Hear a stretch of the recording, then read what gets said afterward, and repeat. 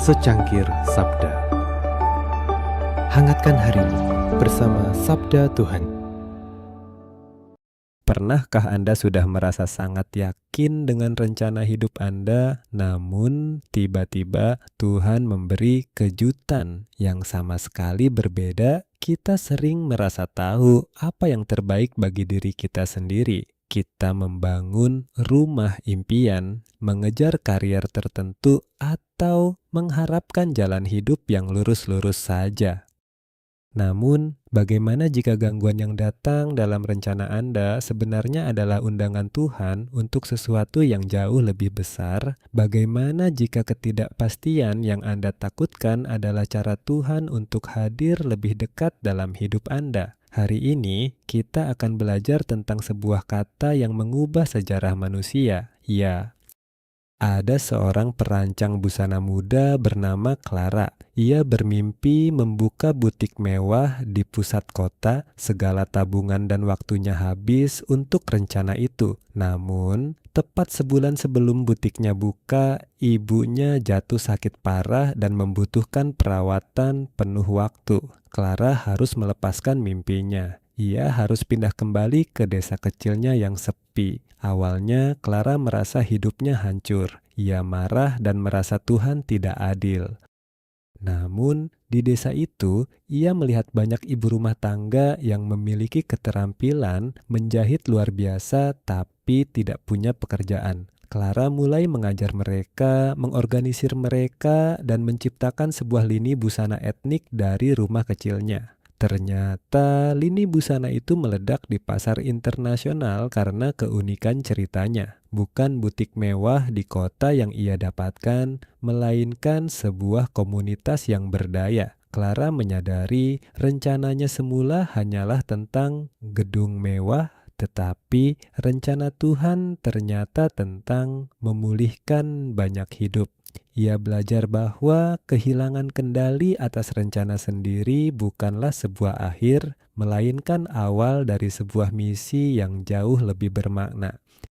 Kisah Clara adalah gema dari apa yang dialami Daud dalam 1 Tawarikh 17. Daud ingin membangun sebuah rumah fisik yang megah bagi Tuhan, tetapi Tuhan menjawab, "Bukan engkau yang akan membangun rumah bagiku, melainkan aku yang akan membangun keluarga bagimu." Tuhan mengalihkan fokus Daud dari gedung batu ke janji kekal.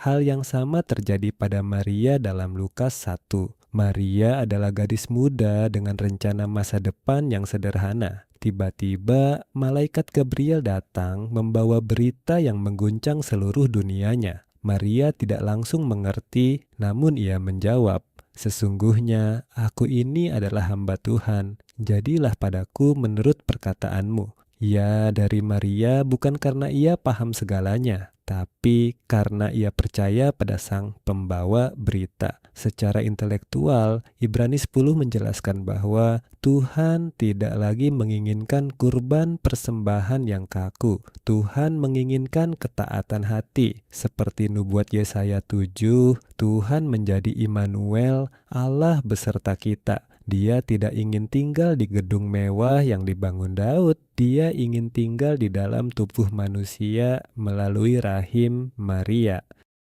Mazmur 40 merangkumnya dengan indah. "Sungguh, aku datang untuk melakukan kehendak-Mu." Iman bukan tentang memaksa Tuhan menyetujui rencana kita, tapi tentang keberanian untuk berkata ya pada rencananya. Meski itu berarti kita harus melepaskan kendali. Apa yang bisa kita lakukan saat rencana kita tampak berbelok hari ini? Pertama, berhenti melawan gangguan. Jika ada rencana yang batal, tanyakanlah, "Tuhan, apa yang ingin Engkau ajarkan melalui situasi ini?" Kedua, miliki hati hamba. Belajarlah dari Maria untuk tidak harus mengerti segalanya sebelum melangkah. Cukup ketahui bahwa Dia menyertai Anda. Ketiga, hadirkan Immanuel. Jadilah tanda kehadiran Allah bagi orang di sekitar Anda melalui kebaikan yang nyata hari ini.